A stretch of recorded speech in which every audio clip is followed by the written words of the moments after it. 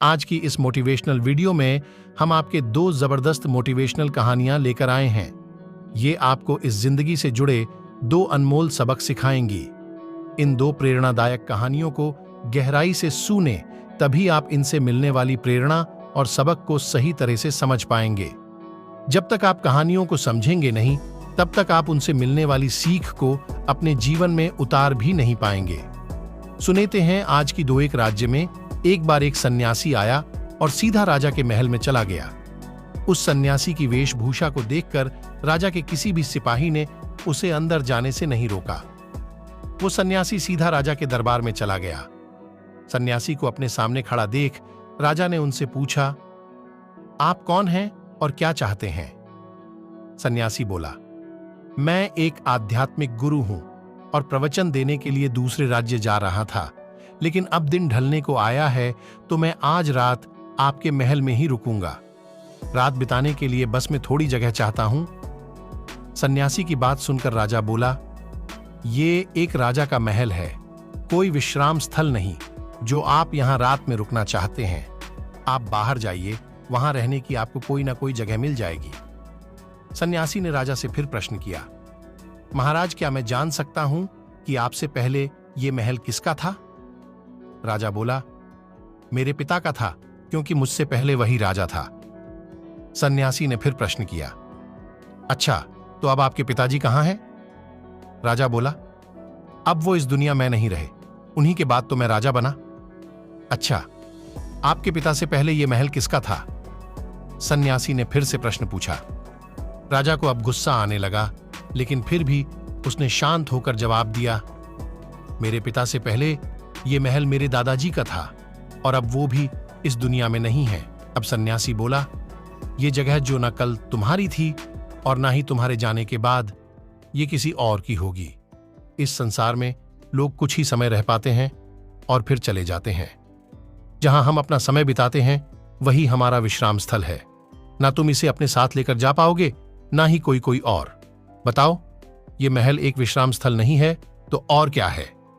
राजा उनकी बात समझ गया और हाथ जोड़कर माफी मांगने लगा। उसने सन्यासी को रुकने को जगह दे दी।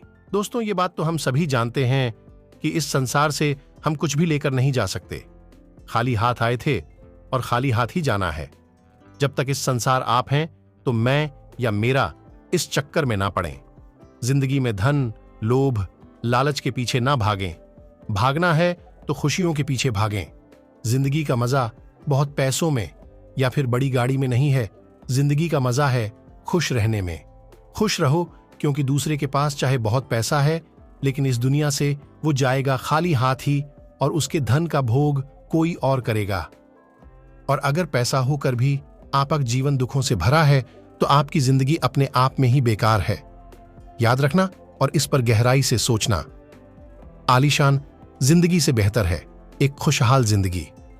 एक बार एक आदमी मछली पकड़ने के लिए गया।